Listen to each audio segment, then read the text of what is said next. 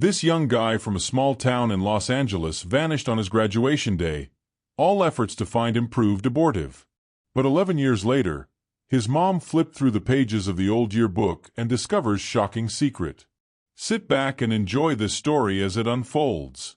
The summer of 1989 wrapped the small working-class town on the outskirts of Los Angeles in a warmth that felt almost celebratory, as though the whole place had gathered itself to honor the graduating class. Banners fluttered. Cameras clicked.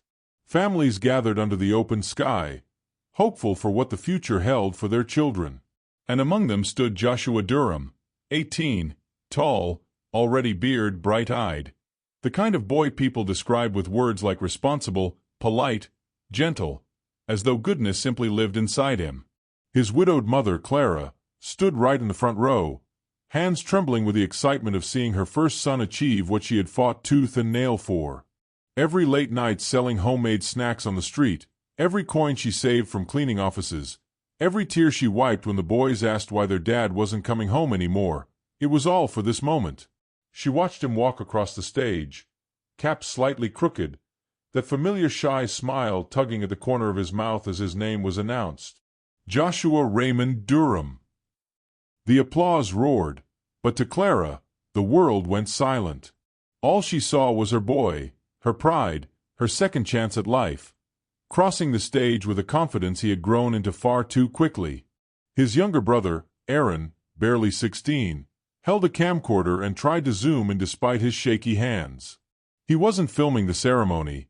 He was capturing proof of joy, something he wanted to replay whenever the world felt too heavy. When the ceremony ended, Joshua walked straight toward them, weaving past classmates hugging each other and tossing their caps in the air. Clara opened her arms before he even reached her, and he sank into her embrace like he'd been waiting for it all day. "You did it, Josh," she whispered, her voice cracking. "Your father would have been proud." Joshua stepped back, brushing a thumb across her cheek. "I know, Mom. I just wanted to make you smile." She didn't notice the glimmer of something else in his eyes. Maybe excitement, maybe nervousness, maybe something she would spend the next 11 years trying to decode. As they gathered his things and began heading toward the parking lot, he paused. His friends, a group of loud, laughing boys still high on celebration, were calling out to him.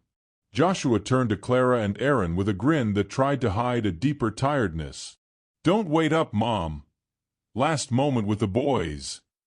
Clara hesitated. Something cold brushed her heart, but she forced a smile. "Okay. Just be safe." He hugged Aaron, quick, brotherly, familiar, and ruffled his hair. "I'll beat you at Scrabble tomorrow," he promised. "Yeah, right," Aaron laughed. Joshua gave them one last smile, warm, full, alive, and jogged toward his friends. The group swallowed him, laughing, teasing, pulling him into their plans for the night. That was the last time Clara saw her son standing, breathing, hopeful. Because when night fell over the small Los Angeles town, and streetlights flickered on like tiny guardians watching the empty sidewalks, Joshua did not return home. His room stayed untouched. His bed stayed made. The house stayed too quiet. And by morning, Clara's smile, the one Joshua had worked so hard to earn, had turned into the beginning of an 11-year nightmare. Joshua Durham was gone. And the night that was supposed to mark the start of his future became the moment his life disappeared without leaving a trace. Before we dive deeper into this shocking story, let us know where you're watching from today, and if you like this video, don't forget to subscribe. The first night after Joshua's disappearance passed slowly, painfully, with Clara sitting on the living room couch, glancing at the front door every few seconds as if willing it to open. By midnight, she began calling Joshua's closest friends. By 2 a.m., she had called every hospital in Los Angeles County. By 4 a.m., she was shaking, pacing, whispering, "Please, God, please let him walk through that door." At sunrise, her fear settled into something darker. Something she couldn't name. Something she didn't want to name. When Joshua still hadn't shown up, she made the call that no mother ever wants to make. Within an hour, neighbors began gathering outside her house. They didn't need an explanation. They could read Clara's face clearly enough. Mothers clutched their own children tighter. Fathers adjusted baseball caps nervously, unsure what to say. The town was small enough that everyone knew everyone. And everyone loved Joshua. Volunteers spilled out into the streets, shouting his name, checking alleys, basketball courts, classrooms, parking lots, anywhere a teenage boy might wander. They fanned out toward the river, the sports field, the neighborhood park, the abandoned rail yard. But every Joshua that echoed through the air came back unanswered. Clara walked with them at first, but exhaustion eventually forced her to the police station, where the weight of uncertainty finally cracked her open. She collapsed into the plastic chair in the lobby, sobbing uncontrollably, begging the officers behind the counter to please do something. "Please help me find my son." "We'll do everything we can," they said gently. But even she could hear the practiced emptiness behind the words. Julius Alexis arrived at the station shortly after. He looked like he hadn't slept either. Eyes red, shoulders tense, his usually neat hair in complete disarray. He sat quietly beside Clara until the officer in charge called him in. "Tell us what happened after the ceremony," the officer said. Julius swallowed hard. "We separated after the ceremony," he explained. "Everyone was hyped from the graduation. I left a little early. Family stuff. Joshua told me he was heading home right after hanging out with the guys." The officer's pen paused. "You're sure he said he was going home?" "Yes," Julius whispered, staring at the table. "That was the plan." There was a moment, sharp, cold, when suspicion flickered across the officer's face. Julius saw it. Clara saw it. Everyone did. But Julius didn't react with defensiveness or anger. His face simply crumbled. "He's my best friend. Please, please find him." Clara placed a trembling hand over her heart, torn between wanting to trust him and wanting someone, anyone, to blame.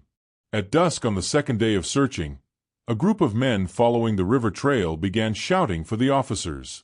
The searchers rushed toward the noise, Clara running behind them despite being told to stay back. There, half buried in mud near the water's edge, laid a graduation cap. Who does it belong to? Could it be Joshua? It was soaked, bent slightly out of shape. Clara's knees buckled.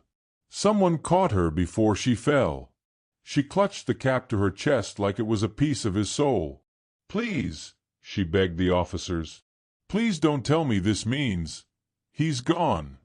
"We don't know yet," they answered, their faces tightening. But everyone could feel the shift. The air grew heavier. Fear, once a whisper, became a scream. For 48 hours, the town operated like a body missing a heartbeat. Every lead fizzled. Every rumor dissolved into nothing. No footprints. No clothing. No eyewitnesses. No signs of a struggle. Just the cap by the river. And silence. Terrible, cold silence. Detectives searched for days, then weeks. Helicopters scanned the riverbank. Dogs sniffed through forests and fields. Tips poured in from people desperate to be helpful, but none of them led anywhere. Eventually, the questions stopped.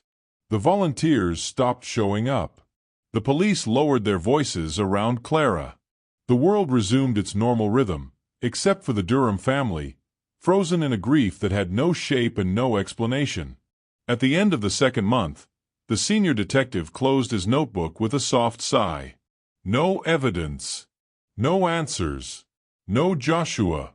The case didn't end with justice. It didn't end with closure. It ended with a cold emptiness stamped on a single sheet of paper. Investigation inactive pending new information. And just like that, the boy who walked across the stage full of hope became nothing more than a missing person whose footsteps vanished into the dark. Time did not move forward for Clara Durham. The world around her changed. New buildings rose, neighbors moved out, children who once played in the street became adults. But inside her home, life remained suspended in 1989. The dining table was the clearest reminder. 3 chairs, one of them untouched. Joshua's chair. Clara never let anyone sit in it. She never moved it, never dusted it without whispering his name, never allowed the world to pretend he hadn't once sat there every night, telling her about school, arguing with Aaron about video games, laughing over meals she could barely afford to cook. For 11 years, that empty chair became both a shrine and a wound, something she couldn't look at without grief, yet couldn't turn away from without betraying him. The months after Joshua's disappearance brought a wave of bills and responsibilities most families crumble under. His school fees from the final term were still unpaid, and collectors came knocking, reminding Clara that the school wasn't a charity organization. Friends tried to help. Neighbors attempted to raise money. Church members offered donations, telling her it was the least they could do. But she pushed it all away. "If Joshua were here," she said, voice trembling, "he would want me to finish what I started. I brought him into this world. I will pay for everything myself." So she worked, tirelessly, painfully, relentlessly. She cleaned offices at dawn, sold snacks outside factories in the afternoon, mended clothes for neighbors at night. Sometimes she worked until her fingers bled, but she refused to let pity become her lifeline. It wasn't about the money. It was about dignity, about holding on to the last piece of motherhood she could still control. Aaron grew up in the shadow of a missing brother. Once cheerful and outspoken, he grew quieter each year, as though his personality was folding in on itself to make room for grief. He avoided people, especially when they whispered about Joshua behind his back. He avoided the riverbank entirely. He avoided his mother sometimes too, not out of anger, but because he couldn't bear seeing the sadness she tried so desperately to hide. He carried guilt he never confessed. Why didn't he walk home with Joshua? Why didn't he ask where he was going? Why didn't he stop him? How do you grow into a man when half your childhood ends in a single night? Every year, without fail, Clara performed the same ritual. On the anniversary of his disappearance, she lit a single candle in the living room. She placed it beneath his framed graduation photograph, the one where he was smiling proudly, still believing in tomorrow. She sat beside the tiny flame, hands clasped tightly, eyes closed, and whispered the same words every year. "Just one sign, Joshua. Just one sign that you're out there." Sometimes she cried. Sometimes she sat expressionless.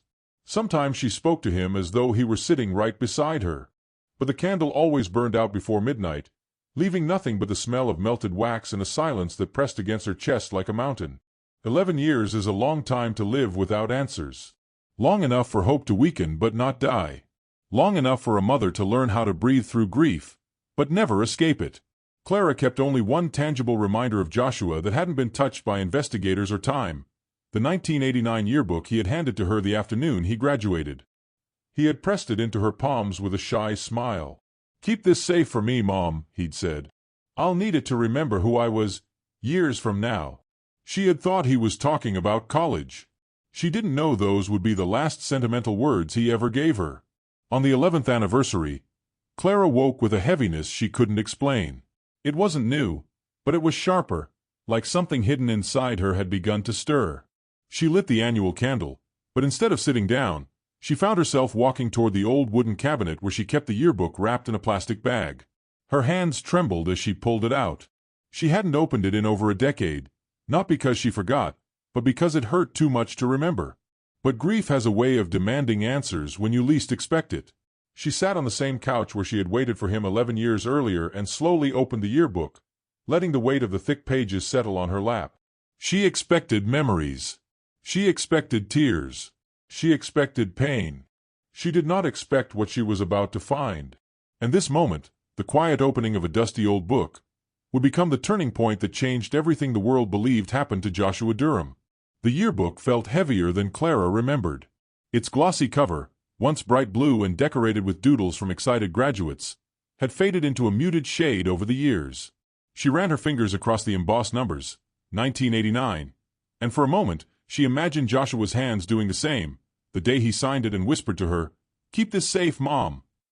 She opened it carefully, afraid it might crumble like everything else connected to him. The first pages were filled with smiling faces, youthful energy frozen in time. Students laughing, posing, celebrating. Clara flipped through slowly, letting each page tug her further back into a world where Joshua still existed. Then she reached his section. His senior portrait stared back at her, calm, confident, a little shy. His eyes held a softness she had never seen in any other boy his age. She touched the image gently, her thumb tracing the curve of his smile.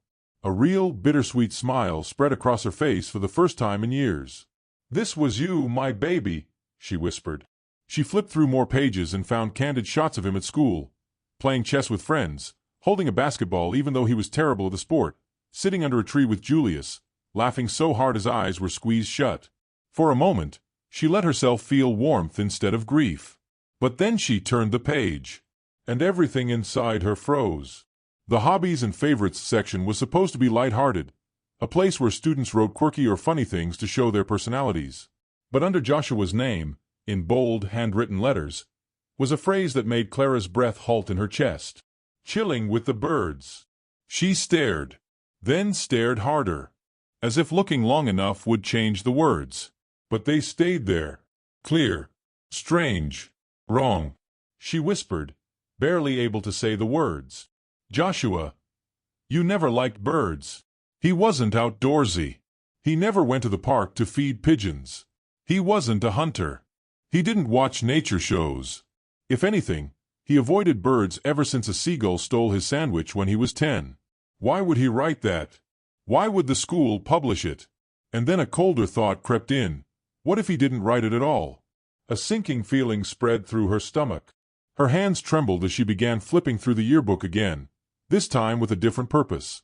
She searched for one name, one boy, one person who might make sense of something so senseless. Julius Alexis. Right beside Joshua's picture, and her heart dropped. There it was. The same phrase. Identical handwriting.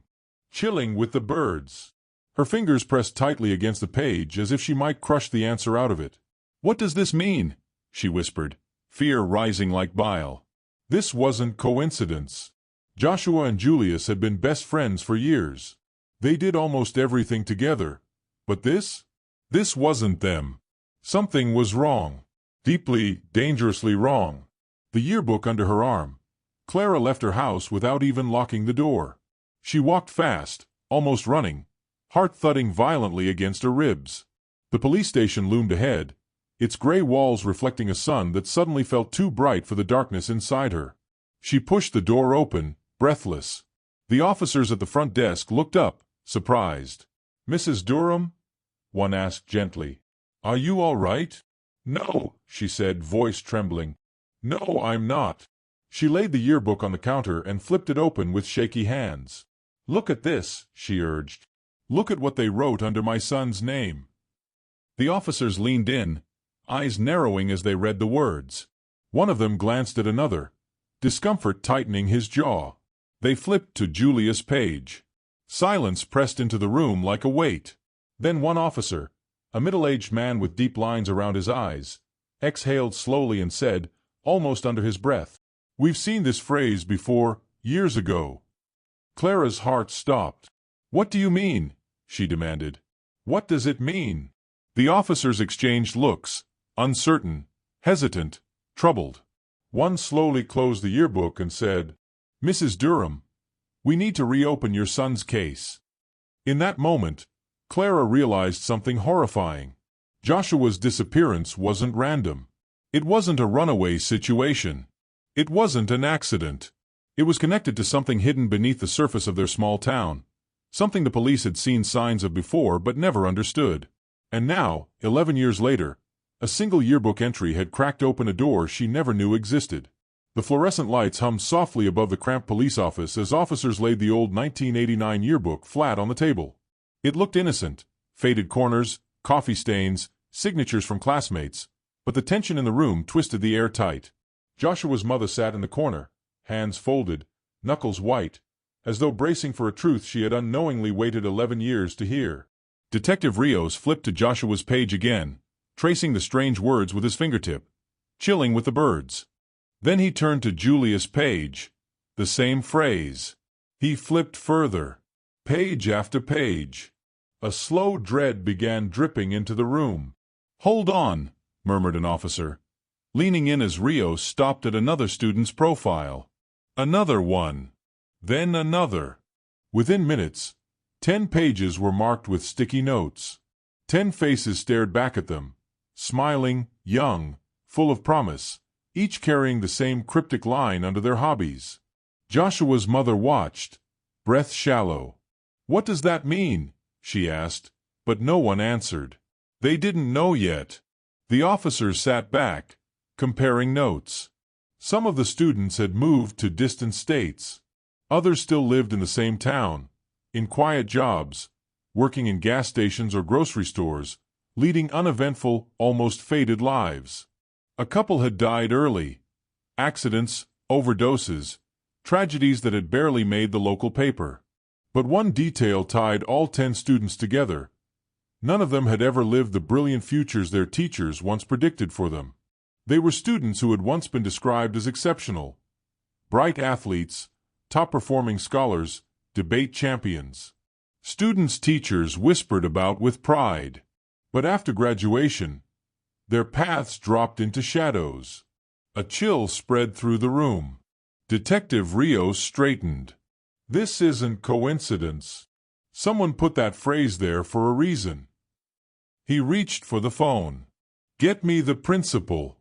We need to know everything about who edited this yearbook." Minutes later, the phone rang back. A tired, elderly voice answered. Principal Howard, long retired, living 2 towns away. "Sir," Rios began, "we're reviewing the 1989 yearbook. There's a phrase repeated across several student profiles. Chilling with the birds. Do you know anything about that?" There was a long silence. "Too long." "Sir," Rios repeated. The voice returned, steady, but thinned by unmistakable fear. I don't recall approving anything unusual," Howard said. But his voice wavered, quivered. Joshua's mother leaned forward, listening. Her heart hammered. She recognized that tremble. She had heard it in grieving parents, in neighbors who lied to protect loved ones, in children caught stealing candy. It was the tremble of a man hiding something. Rios pressed gently. "Did any teacher, club, or student committee handle the profiles? Anyone you remember having special involvement?" Again, silence. Then a weak exhale. "I've told you what I know," the principal said, forcing strength into his words. "That yearbook was handled like every other year." But no one in the room believed him. When Rios hung up, the officers exchanged uneasy glances. Something dark rippled beneath the surface, something the principal clearly feared even now, after all these years. Joshua's mother stood slowly. "What were they part of?" she whispered. "What happened to my son?" No one answered. But the question lingered like a storm cloud in the small room, gathering weight, gathering truth, preparing to break open. And for the first time in 11 years, the officers understood. Joshua didn't just disappear. He was part of something, something planned, selective, and terrifyingly organized. The pattern had finally surfaced. And it was only the beginning. The police station felt different the next morning. Tenser, heavier, as if the walls themselves sensed the truth inching closer. Detective Rios ordered all former students whose yearbook pages carried the phrase, "chilling with the birds," to appear for questioning. The first to arrive was Julius. He walked in with slumped shoulders, eyes darting, sweat forming along his forehead despite the cool morning air. The once confident teenager who had laughed with Joshua in school hallways was gone. In his place stood a man aged beyond his years, as though carrying a weight he could never put down. He sank into the chair opposite Rios. "What's going on?" he stammered. Why am I here again?" Rios watched him carefully. "We need clarity on a phrase that appeared in your yearbook. Something you and Joshua both listed." Julius blinked rapidly. His throat bobbed. "That? It was nothing. Just something we said back then. But his voice cracked, a small, brittle sound that betrayed him. Before Rios could press further, the door swung open. The second former student arrived. He was everything Julius wasn't. Calm, sharply dressed, leaning against the doorway with arms crossed. His eyes scanned the room like he owned it. When he spoke, it was with a careless smirk. "Oh, that," he said, shrugging. "Bird watching.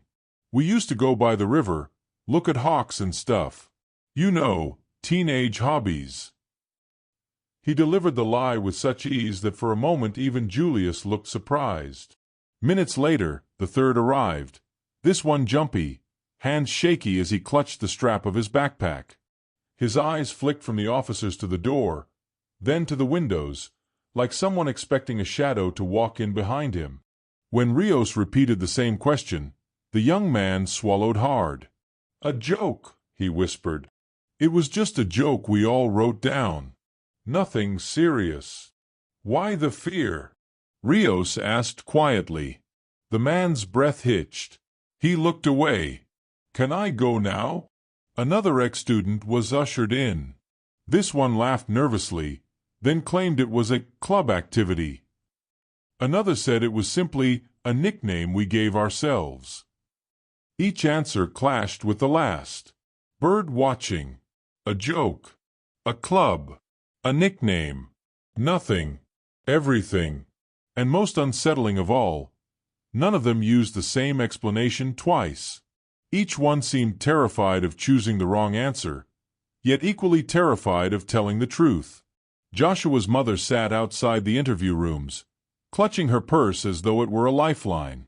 She listened to fragments drifting through half-closed doors, shuffling feet, raised voices, the sound of someone choking back tears.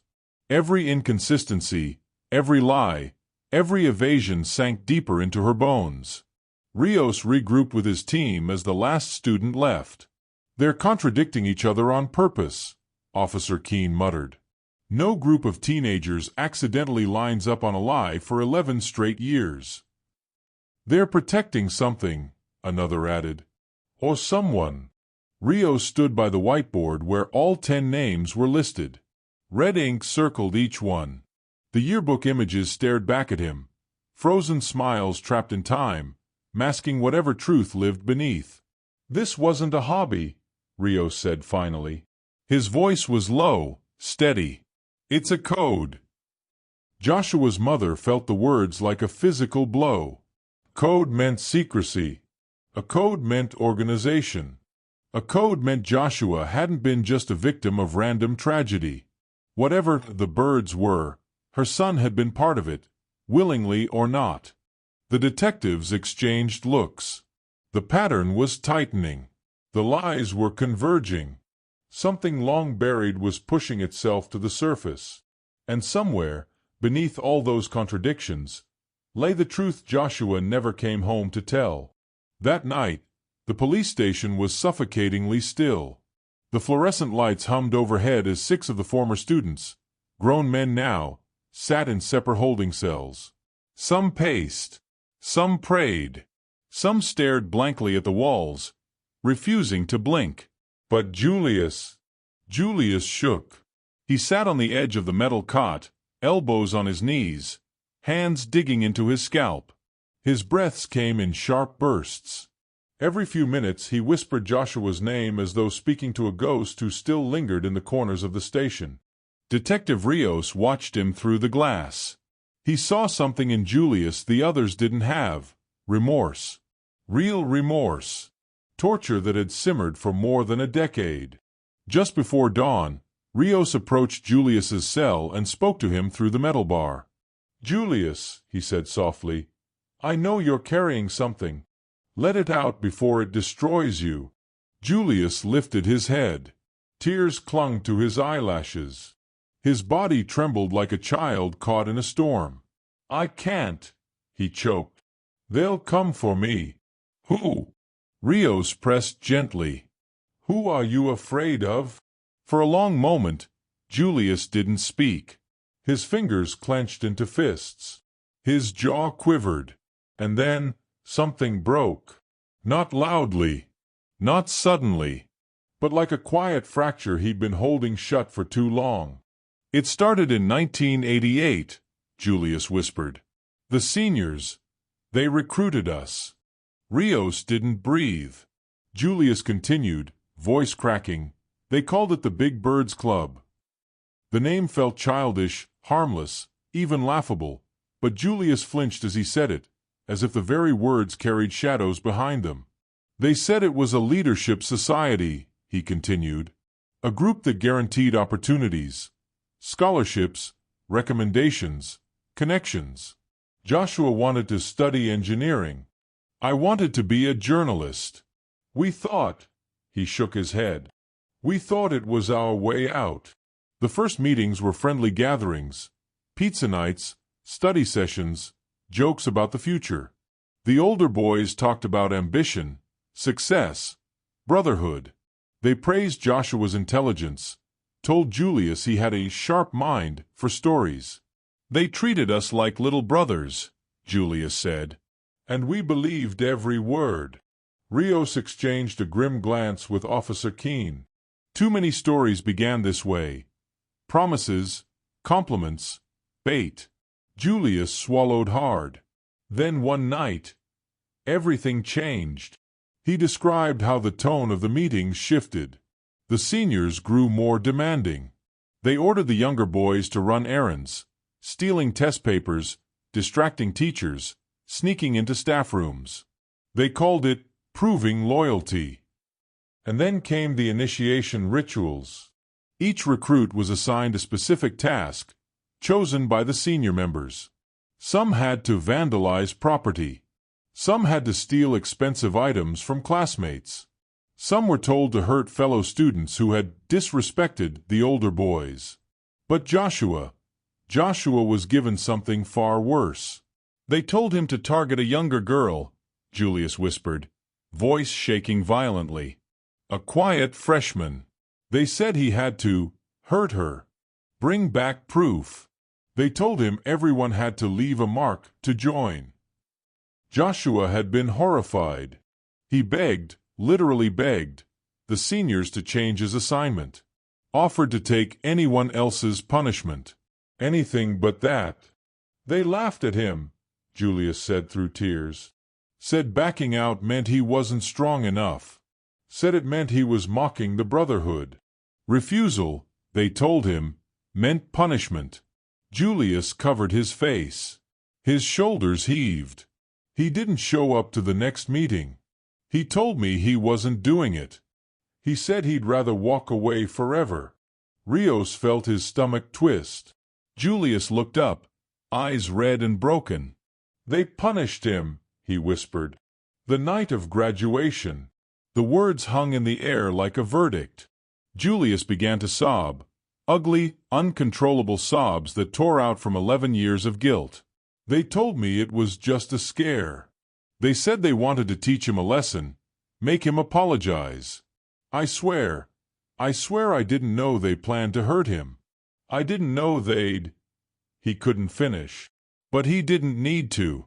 The truth had finally surfaced. Joshua hadn't vanished randomly. He hadn't run away. He hadn't been lost. His refusal to harm an innocent girl had cost him his life. And now the dark heart of the Big Birds Club was exposed. An elite circle built on lies, intimidation, and blood. The sun had not yet risen when Julius was escorted into the main interrogation room. His face was swollen from hours of crying after confessing to Officer Rios in his cell, but there was something different in him now, something resigned. As if once he began speaking, he realized the truth was the only way out. Detective Rios sat across from him, hands folded, voice steady. Tell us everything about the night Joshua disappeared. Just exactly the way you told me earlier in your cell. Julius inhaled shakily. I wasn't there when it happened. But I saw the beginning. He rubbed his palms together, as though trying to warm hands that had grown cold remembering. It was after the ceremony. Everyone was celebrating behind the auditorium. Music, pictures, shouting, just chaos. Joshua said he'd meet me by the bleachers in 10 minutes. Julius paused. His eyes drifted somewhere far away, back to 1989, back to the last time he saw his friend alive. But he never came. I got worried. I walked around the back of the auditorium, and that's when I saw them. Who? Rios asked. The seniors, Julius whispered. 5 of them. The leaders of the Big Birds Club. He clenched his jaw, forcing the memory out. They weren't celebrating. They were surrounding Joshua. He wasn't laughing. He wasn't smiling. He looked trapped. Julius swallowed.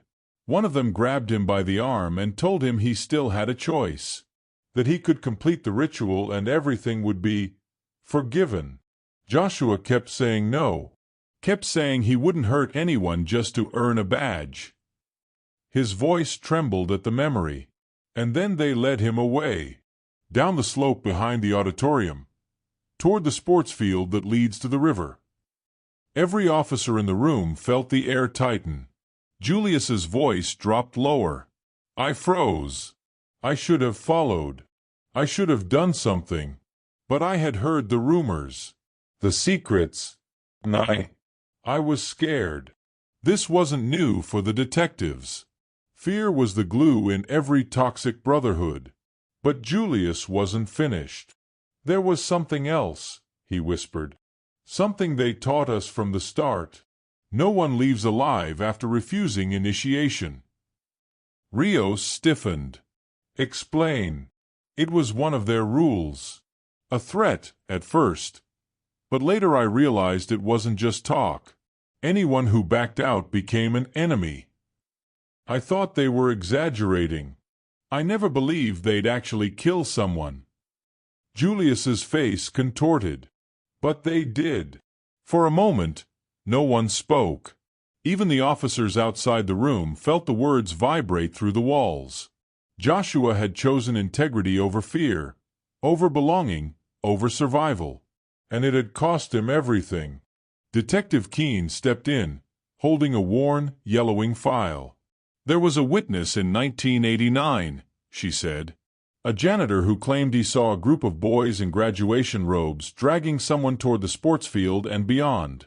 He thought it was a prank and didn't report it. Rios clenched his fists. Everything matches. Julius nodded slowly. That was them. I know it. The silence that followed felt like snowfall. Quiet, cold, suffocating. Rios stood abruptly. We need warrants. Now. Officer Keene was already dialing. We'll find the remaining seniors, she said. Every one of them. Some of the men were still in town. Others had left years ago. New identities, new careers, families who had no idea what slept in their past. But the law was finally reaching for them. Joshua's mother, sitting just outside the interrogation area, bowed her head as she overheard pieces of the truth. Her hands trembled, but her face had hardened. For 11 years she begged for a sign, one sign, that her son didn't vanish into nothing. Now she had it. Joshua hadn't run away. He hadn't abandoned them. He hadn't secretly joined a gang, or gotten lost, or chosen a different life. He had chosen goodness, and it had cost him his life. As the first warrants were signed, detectives swarmed into action, preparing to hunt down the men who had stolen an entire future. Justice, after 11 long years, was no longer a distant dream. It was coming. The warrants went out before sunrise, and by mid-morning, the entire town felt shaken awake. Police sirens rippled across neighborhoods that had once seemed peaceful. Doors were knocked on, old houses revisited, forgotten streets mapped out again. For the first time in 11 years, the shadows of 1989 were being hunted. Detective Rios organized the teams, assigning each group to track one of the senior members identified by Julius. These were no longer teenagers. They were grown men, scattered across cities and careers, each one believing their past had buried itself. They were wrong. The first arrest happened in a quiet suburb 50 miles away. Officers approached a pale yellow house with trimmed hedges and a polished front porch. A man opened the door wearing glasses, a wedding ring, and a name tag from a local insurance firm. He didn't even flinch when the officers read his real name. For years he had lived under an assumed identity, blending into polite society like a ghost wearing a friendly mask. But as they handcuffed him, his only response was a defeated whisper. "I knew this day would come." The second man was found across town, now a respected businessman who stood on charity boards and gave speeches at career seminars. He answered the door in a sleek suit, irritation flashing across his face at the early morning intrusion. When Rios stepped forward and read the warrant, the man froze. All facade melted. His confident posture crumbled as though the last decade of success had been built upon sand. "Please," he muttered, "don't do this here. My neighbors." But the neighbors had already begun gathering outside, watching their town's role model being escorted away in cuffs. Meanwhile, another squad arrived at a church compound. They asked for the youth pastor, a soft-spoken man known for his gentle sermons and community service. The congregation had trusted him with their children. When the officers approached him, he immediately closed his Bible, as if he already knew why they were here. His hands trembled. "I repented," he whispered. "But sin doesn't disappear, does it?" He didn't resist the handcuffs. Across the city, another member reacted differently. As soon as he saw the officers approaching his apartment, he bolted through the back door, sprinting across narrow alleyways. But the chase didn't last long. Neighbors recorded him on their home security systems, his panicked escape etched forever in digital memory. He was tackled behind a grocery store dumpster.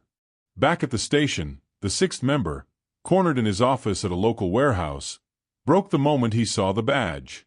He slumped into his chair, covering his face with both hands. "I knew it," he said. "We thought this would never come back. We swore we'd taken care of everything. We swore no one would talk." Rios leaned forward. "Where is Joshua?" Silence stretched so long it felt like the walls themselves were waiting. Finally, the man exhaled. "I'll take you." The convoy of police cruisers followed him to the outskirts of the town, toward a patch of land near the old sports field that led to the river, now overgrown with weeds and broken goalposts. It was a place no one visited anymore, forgotten by time, untouched by development. He led them behind a collapsed storage shed, toward a pile of jagged rocks and a patch of darker soil. The man dropped to his knees, not out of reverence, but as if his legs could no longer support the weight of his guilt. "This is where they left him," he whispered. "We buried him here. We thought the rain and years would wash it all away." As the forensics workers dug, the air thickened with dread. Minutes passed. Then an officer's voice cracked the silence. "Stop. We found something." The ground yielded its secret, shreds of fabric once bright but now faded, a fragment of a shoe, and beneath it all, the skeletal remains of Joshua Durham. Rios closed his eyes. Joshua's mother collapsed into her son's arms, sobbing in a voice that carried 11 years of pain. Even hardened officers lowered their heads. The boy who vanished in 1989 had finally come home, and justice at last was waking. The courtroom was silent, heavy with anticipation. 11 years of unanswered questions, sleepless nights, and gnawing grief had led here.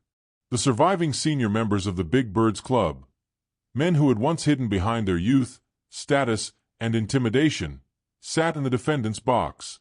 Their faces taut, but nothing could hide the years of fear and guilt etched into their expressions. The judge, an older woman with steel in her voice and eyes that had seen too much human cruelty, began reading the sentences. Every word resonated like a hammer. On the charges of conspiracy, kidnapping, and murder. The men flinched collectively, as though the syllables themselves were tangible blows.